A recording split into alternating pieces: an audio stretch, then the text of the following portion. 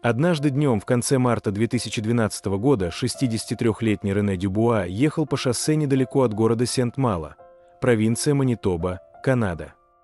Он был пенсионером, бывшим строителем, и жил со своей женой в небольшом доме примерно в 70 километрах к югу от Виннипега. Идя по дороге, он вдруг остановил взгляд на канаве у обочины, где что-то слабо шевелилось. Он остановил машину, вышел и подошел ближе, и от увиденного у него сердце сжалось. Это был медвежонок, худой и дрожащий от голода и холода, и поблизости не было никаких признаков его матери. Он на мгновение замер, оглядывая редкий лес и ожидая, появится ли медведица, чтобы поискать своего детеныша. Но лишь холодный ветер и тишина отвечали ему, и он понял, что этот маленький медвежонок одинок в этом мире. Не в силах оставить медведя одного, господин Дюбуа осторожно взял его на руки, чувствуя, как его крошечное тельце дрожит у него в объятиях. Он привел медвежонка домой, где его ждала жена, и они оба с печальными глазами смотрели на крошечное существо.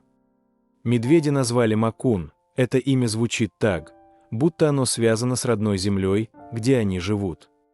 В первую ночь бабушка и дедушка приготовили детскую молочную смесь и кормили Макуна из бутылочки, понемногу. Медвежонок сначала колебался, но его инстинкты голода и жажды постепенно приучили его к теплу бутылочки с молоком. В последующие дни, помимо молока, бабушка и дедушка Макуна также давали ему мед и свежие фрукты, чтобы дополнить его питание.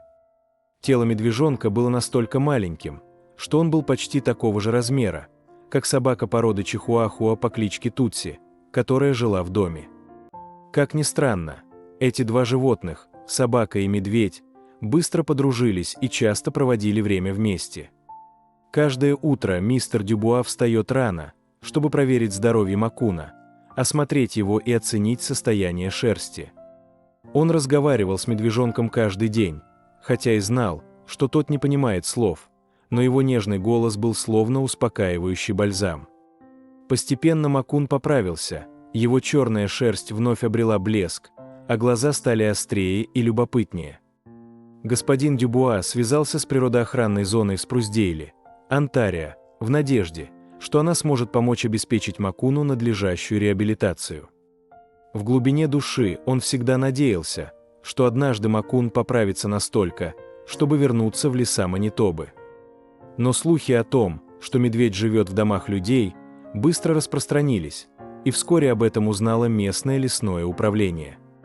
Однажды днем к дому мистера Дюбуа пришли смотритель парка и биолог с клеткой. Они объяснили, что, согласно правилам, медвежонка необходимо перевести в специализированное учреждение, а не оставлять в частном доме. Дюбуа замолчал, в последний раз обняв Макуна, чувствуя, будто прощается с одним из своих детей. «Мне хочется плакать», — сказал он, голос его дрожал от волнения, когда он смотрел, как клетку погружают в грузовик и увозят. Макуна отвезли в зоопарк Ассинибойн-парк в Виннипеге, где он будет ждать дня, когда ему назначат более подходящий новый дом. Несмотря на боль разлуки, Дюбуа по-прежнему верил, что, по крайней мере, теперь у Макуна есть шанс жить.